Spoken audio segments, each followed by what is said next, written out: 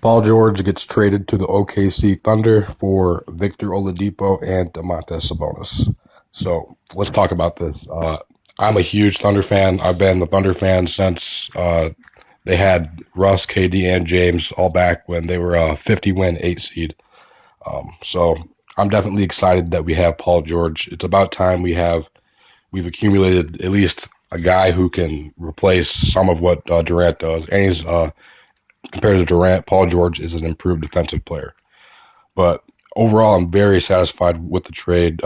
We didn't give up anything. Oladipo is just, he's kind of subpar. There's a lot of guys in the NBA who can, give you 15 points, and, that's not really what we're looking for. Sabonis is just, if Indiana wants to throw in, take this young guy out of Gonzaga. So OKC did not lose anything. You get to add the Indiana Pacers' best player in Paul George. So first move of the offseason is very successful by Sam Presti. Now, when I look at the Thunder's roster, with the addition of Paul George, the Thunder were a 6 seed last year.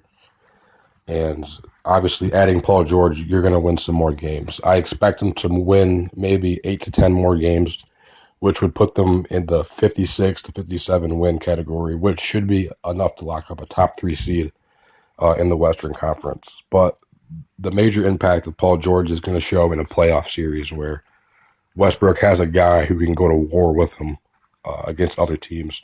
And from Paul George's perspective, it's also this will be the first time in his career where he's on the same team, where he's not the best player, on his own team. He's now the second best player. So it should be easier for both of these guys to, make an impact on the game.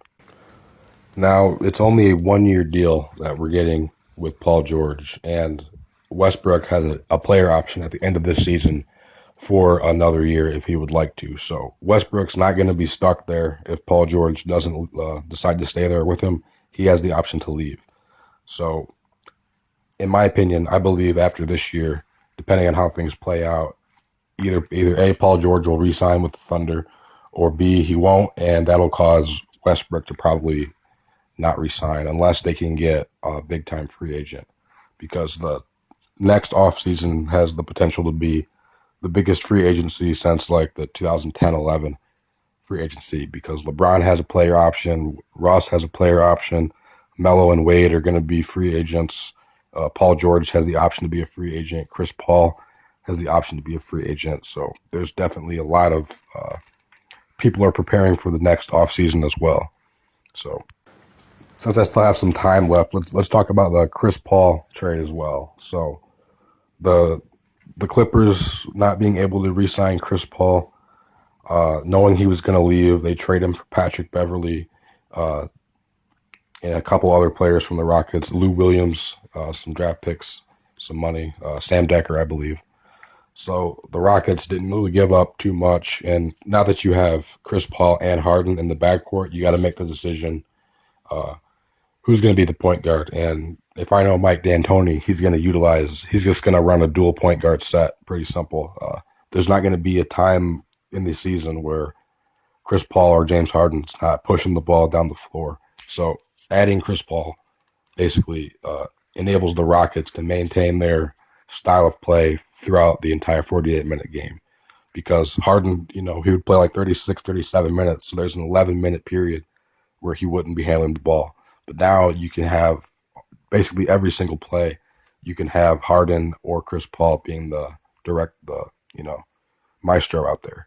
So, and you can also safely rest Chris Paul or Harden and just leave the other one on the floor.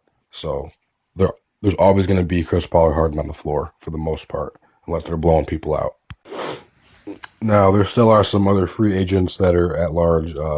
Gordon Hayward's having meetings with Boston and Miami. I expect he'll go to Boston because his old coach that coached him in college is there, and Brad Stevens. So I wouldn't be too shocked if he does go there.